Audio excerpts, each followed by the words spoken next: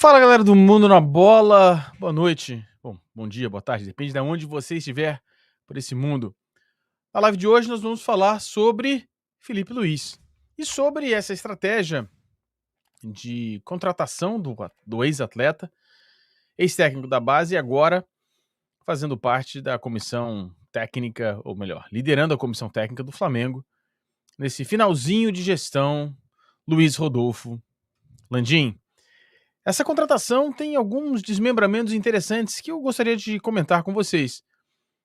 Primeiro, a esportiva, obviamente, a melhora do time nessa parte final da temporada, que é importante, mas também é uma discussão talvez mais profunda e mais inteligente, que vai requerer um pouco mais de paciência e detalhes para pensarmos nas possibilidades e nos desdobramentos eleitorais da contratação de Felipe Luiz. Porque uma coisa, independente do resultado de Felipe Luiz à frente do comando do Flamengo até o final da temporada, a contratação de Felipe Luiz, para mim, é uma prova inequívoca, irrefutável, de que não há planejamento algum no departamento de futebol do Flamengo. É a prova que, mesmo que dê certo, porque o resultado é uma consequência, né? Mas mesmo que dê certo, é uma falha total no planejamento. É a incapacidade de planejar uma temporada completa. É a impossibilidade de trabalhar e planejar uma temporada esportiva completa. A demissão de Adenor Bach, o Tite, e a contratação de Felipe Luiz sacramenta o que nós havíamos detectado lá na saída de Jorge Jesus. O Flamengo, nessa gestão, foi incapaz de garantir um técnico por uma temporada inteira. O Jorge Jesus entrou na metade da temporada e saiu na metade da temporada com Covid, então não conta. Uma temporada inteira. Pré-temporada, Campeonato Carioca, Libertadores e Brasileiro e final de ano. O Flamengo, em 6 anos, foi incapaz de fazê-lo. Havia uma esperança remota de que isso pudesse acontecer com o Tite. Os resultados não ajudaram e o Tite foi demitido. A gente pode discutir se deveria ou não ser demitido. A grande maioria dos torcedores acha que deveria ser demitido, mas não é essa a discussão que eu gostaria de trazer aqui para o canal. A discussão é a incapacidade de contratar, de avaliar, de orientar, de sugerir, de contestar o técnico, a figura principal da definição das táticas e das técnicas do time. É inacreditável. E isso, a quantidade de títulos que o Flamengo conquistou nesse período não consegue justificar a quantidade de técnicos que foram mandados embora. Porque a quantidade de técnicos que foram demitidos querem dizer exatamente a quantidade de técnicos que foram contratados errado. A quantidade de demissões significa uma contratação errada. E para cada técnico demitido, há uma demissão na diretoria do Flamengo? Há alguma demissão entre os gestores do Flamengo?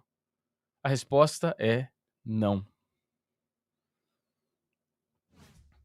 Não. Alguém, ou alguéms, mais de um, cometeu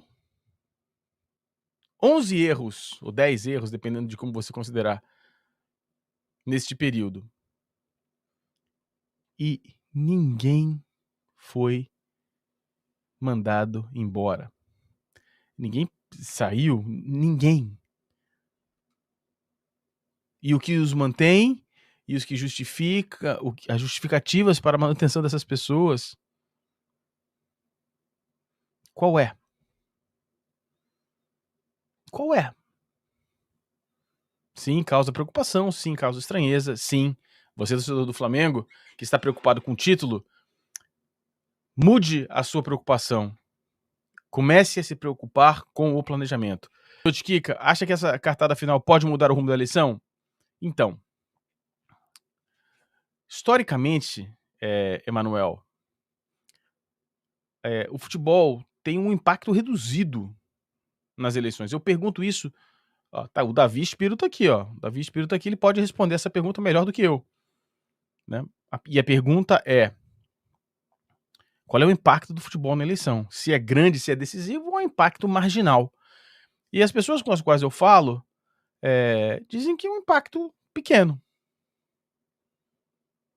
Pequeno. E por que é um impacto pequeno? Uma das coisas a saber, quando a gente falou aqui na live dos membros, a informação que eu tenho é que aproximadamente 30% dos sócios votantes do Flamengo não são flamenguistas. Então o futebol vai ter um impacto pequeno. Então, uma das coisas que a gente sabe é o seguinte: tem impacto, mas, assim, o que me parece que está acontecendo, o que me parece o fato aqui, é tentar um viés positivo.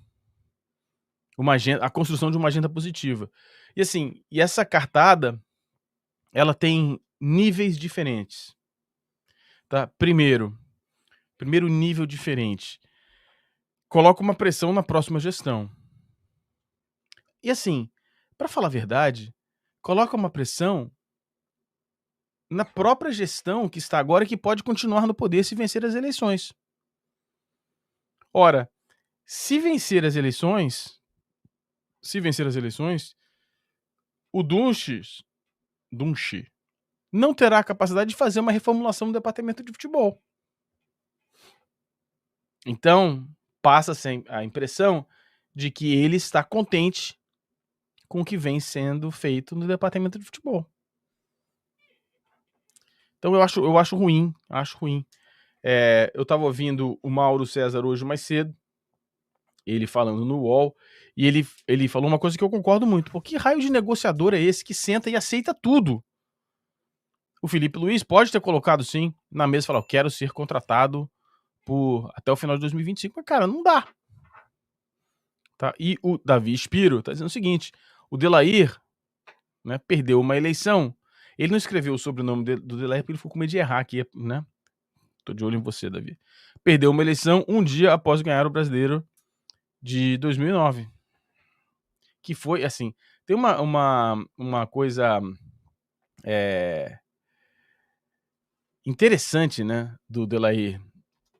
Né? Eu me lembro daquela entrevista, né, clássica, né, que ele fala no meio do campeonato, o Flamengo estava na 50ª posição e o Delair Dumbrowski